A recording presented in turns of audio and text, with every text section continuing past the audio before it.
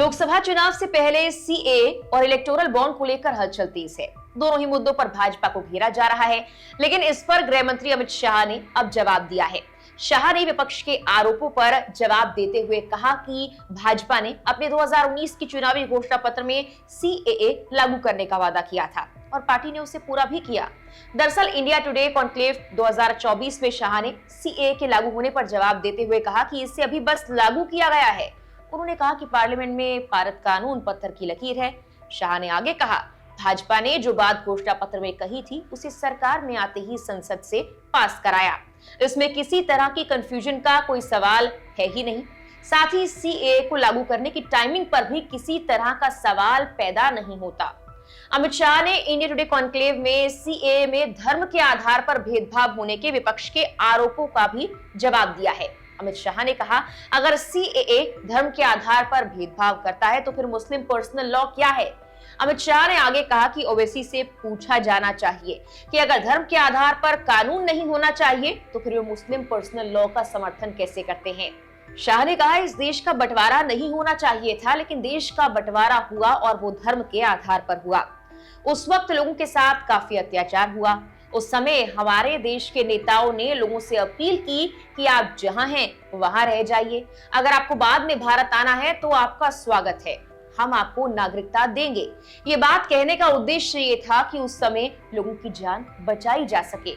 शाह ने electoral bond के मामले पर भी बात की और कहा कि चुनाव चंदा भारतीय राजनीति में से काले धन का वर्चस्व खत्म करने के लिए लाया गया था। सुप्रीम कोर्ट जो फैसला देती है वो सभी को मानना होता है। मैं किसी भी मंच पर किसी भी व्यक्ति से चर्चा करने के लिए तैयार हूं। कोई मुझे ये समझा दे कि इलेक्टोरल बॉन्ड आने से पहले चंदा कैसे आता था, बॉन्ड से चंदा कैसे आ रहा था। अपनी कंपनी के चेक आरबीआई को देकर एक बॉन्ड खरीदते हैं और राजनीति पार्टियों को देते हैं। इसमें गोपनीयता का सवाल आ गया है। उन्होंने कहा कि मैं पूछना चाहता हूं कि जो कैश में चंदा आ रहा था उसमें किसका नाम सामने आया है। ये एक परसेप्शन चलाया जा रहा है कि इलेक्टोरल बॉन्ड से भाजपा को बड़ा फायदा हुआ है क्योंकि भाजपा पावर में है। अभी राहुल गांधी ने बयान दिया कि दुनिया की सबसे बड़ी उगाही का जरिया इलेक्टोरल बॉन्ड है।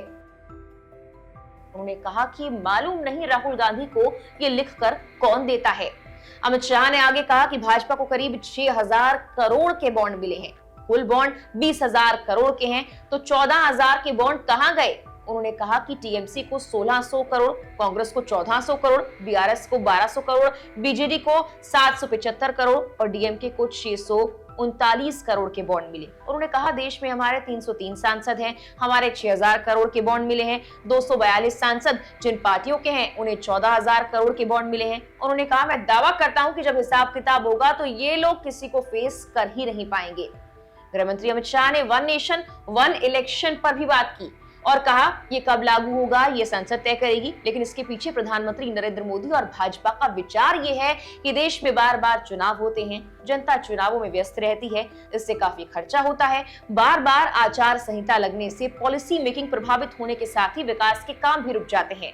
इससे देश की बहुत बड़ी हानि होती है। एक साथ चुनाव होने से खर्चा कम होगा।